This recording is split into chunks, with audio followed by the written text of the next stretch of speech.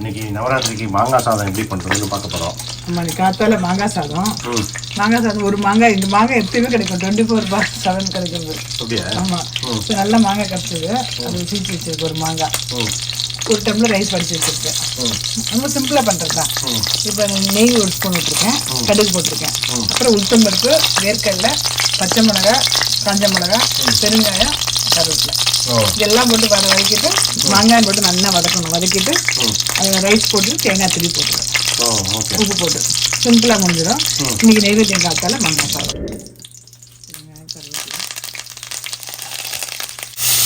கொஞ்சம் இந்த ப்ரௌன் ஆகட்டும் இருக்குல்ல, ப்ரௌன் ஆனோடனே மாங்காய் போட்டு நல்லா வதக்கிட்டு சாதம் போடுறது, தேங்காய் தூள் போடணும். ரொம்ப ஈஸி.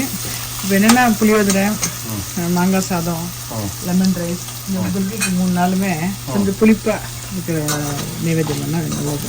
அதுக்காக பண்ணியிருக்கேன்.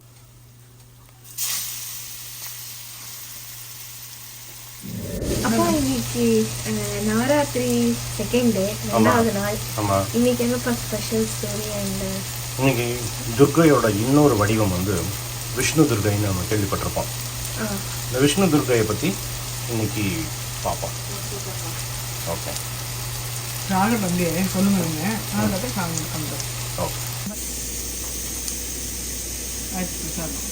தேங்காய் இருக்குல்ல, தேங்காய் வந்து இப்போ தேங்காய் பெருமாள் உடைக்கிறோம், உடைக்க பூஜை பண்ணிட்டோம்னா திருப்பி அந்த தேங்காயை போட்டுவிட்டு நைவேத்தியம் பண்ண முடியாது. இதை நைவேத்தியம் பண்ணிடுவோம். இப்போ பண்ணிட்டு அப்புறமா அந்த தேங்காயை திருப்பி போடுவோம். ஓகே, இன்னைக்கு நைவேத்தியம் ரெடி. மாங்காய் சாதம் 2வது நாளைக்கு. நம்ம ஸ்வீட் சாயந்தரம் பண்ணுவேன். என்ன பாயசம் சொல்லுங்க? அரிசி பால் பாயசம். அரிசி பால் பாயசம் பண்ணிட்டு நான் சாயந்தரம். Okay, super, thank you. ஸோ நம்ம வந்து இப்போது விஷ்ணு துர்கையை பற்றி, விஷ்ணு துர்கை கதையை பற்றி பார்க்க போகிறோம். இந்த விஷ்ணு துர்கை கதையை பார்க்குறதுக்கு முன்னால் எனக்கும் அம்மாவுக்கும் நடந்த லைஃப்பில் நடந்த ஒரு உண்மை கதையை பார்க்க போகிறோம். அம்மாக்கே தெரியாது. ஏன்னா இந்த விஷ்ணு துர்கையை பார்க்கும்போது இந்த கதையை நம்ம பார்த்துக்கணும், இந்த கதையை நம்ம கேட்டுக்கணும். நம்ம வந்து பெருமாள் கதையை நிறைய பார்த்துருக்கோம், நிறைய கேட்டிருக்கோம், ஆழ்வார்கள் கதையெல்லாம் கேட்டிருக்கோம். அம்பாள் கதை வந்து நம்ம வந்து ஜாஸ்தி கேட்டது கிடையாது. இந்த அம்பாளுடைய கதை எங்கள் லைஃப்பில் நேரடியாக ஒரு நாள் நடந்தது. ஆமாம், அந்த அம்பாள் பேர் வந்து பிரத்யங்கிரா. இந்த பிரத்யங்கிராங்கிற கோவில் வந்து கும்பகோணத்துலேருந்து கொஞ்சம் தூரம். நாங்கள் அன்றைக்கி கும்பகோணத்துலேருந்து கிளம்பும் போதே கொஞ்சம் லேட் ஆகிடுது, ஒரு 8 மணி இருக்கும் நைட்டு. அப்போது ஒரு ஆட்டோவில் பேசினோம். பக்கத்தில் வந்து பிரத்யங்கிரா கோவில் இருக்குது, போயிட்டு வந்துடலாம் அப்படின்னு ஆட்டோக்காரன்ட்ட சொல்லி ஏறிட்டோம். அந்த கோவில் வந்து 9 மணிக்கு மூடும், 9 மணிக்கு க்ளோஸ் பண்ணிவிடுவான். நைட்டு 9 மணி க்ளோஸ் பண்ணிவிடுவான்.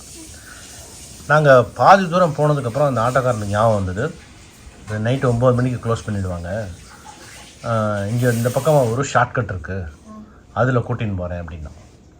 சரி, ஓகே அப்படின்னு சொல்லிட்டேன். ஏன்னா அந்த மெயின் ரோட்டில் போகிற வரைக்கும் லைட்டு ஹீட்லாம் இருந்தது, எங்களுக்கு ஒன்றும் பெருசாக டிஃப்ரென்ஸ் தெரியல. சரி, ஷார்ட்கட் போயிடலாம். ஷார்ட்கட்னால் அது வந்து பெரிய ஃபாரஸ்ட் மாதிரி இருக்குது. அது அந்த ஷார்ட்கட்டு உள்ளே இறங்கிட்டான். உள்ளே இறங்கினா ஒரே காடு, இருட்டு. அந்த ஆட்டோவில் அடிக்கிற அந்த லைட்டு, ரோட்டில் படுது அந்த வெளிச்சம், அவ்வளவுதான். அம்மாவும் நானும் அந்த ஊரை பற்றி தெரியாது, அந்த வழி பற்றி தெரியாது, கோவில் பற்றி தெரியாது, அந்த ஆட்டோவை பற்றி ஒன்றும் தெரியாது. இடமே புதுசு, எல்லாம் புதுசு.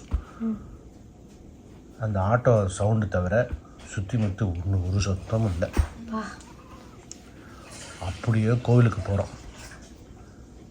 கோவிலுக்கு கூட்டின்னு போயிட்டான். கரெக்டாக 8:55க்கு கோவிலில் இருந்தோம்.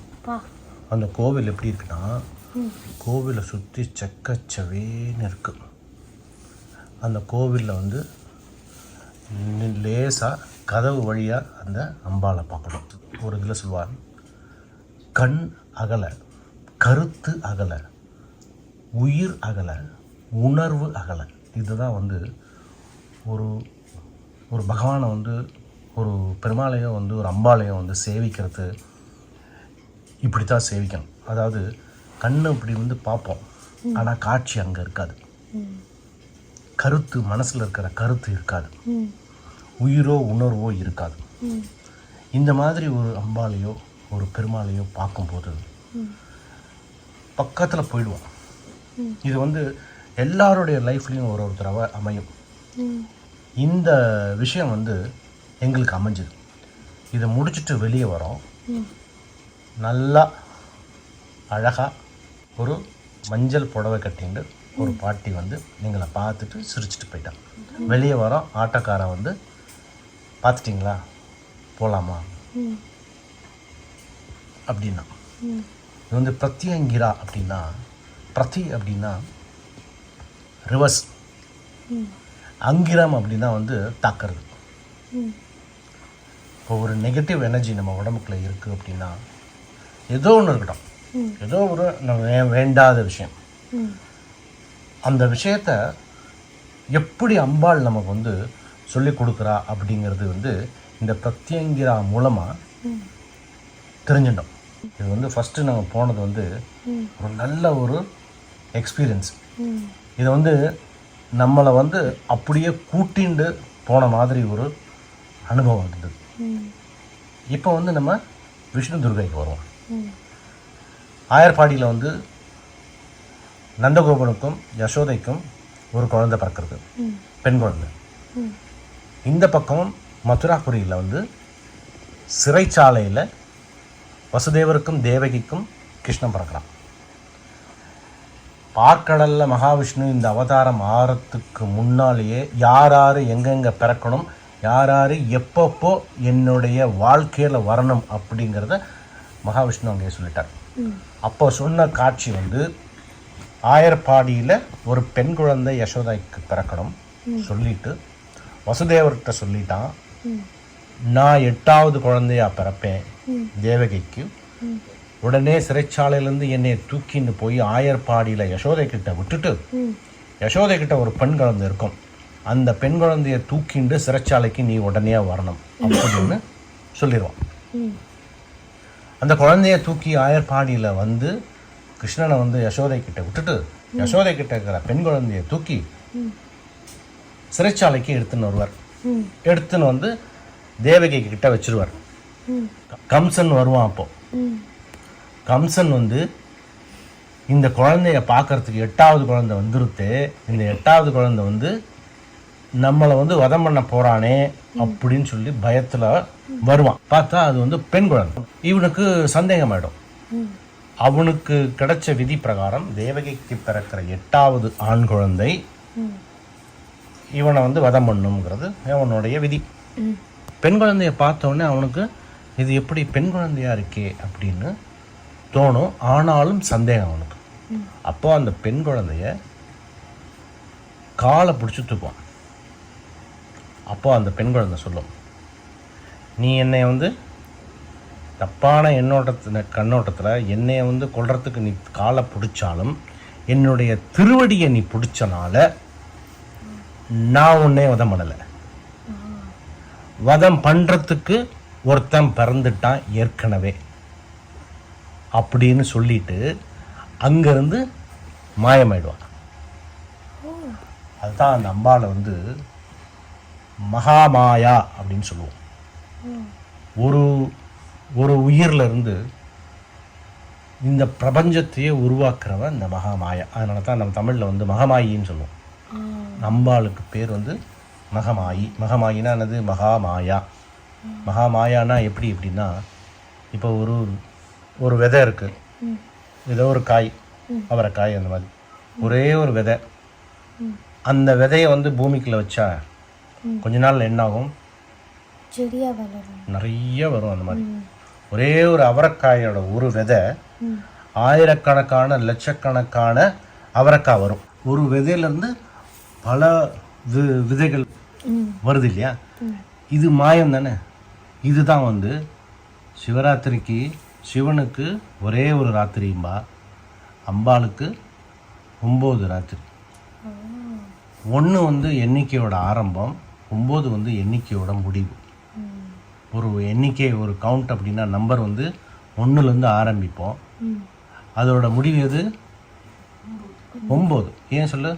10ன்னு போட்டோன்னு வச்சுக்கோ, 1 ஏற்கனவே வந்துடும். 11 போட்டால் 1 ஏற்கனவே வந்துடுது, 22 போட்டால் 2 ஏற்கனவே இருக்குது. ஸோ எண்ணிக்கையோட ஆரம்பம் 1, எண்ணிக்கையோட முடிவு 9. ஸோ அதனால தான் சிவனுக்கு வந்து சிவராத்திரி ஒரே ஒரு ராத்திரி, அம்பாளுக்கு நவராத்திரி 9 நவராத்திரி, 9 ராத்திரி. ஸோ எண்ணிக்கையோட முடிவு. இந்த பிரபஞ்சம் வந்து ஒரு வித்துலேருந்து பிரபஞ்சமாக பல உயிர்களாக கொடுத்தவள் இந்த அம்பாள். அதனால தான் வந்து அம்மா அப்படிங்கிறது. ஒரு மிகப்பெரிய ஒரு பிரசித்தி பெற்ற கோவில் ஒன்று இருக்குது, குஷ்மந்தா அப்படின்னு வாரணாசிக்கிட்ட.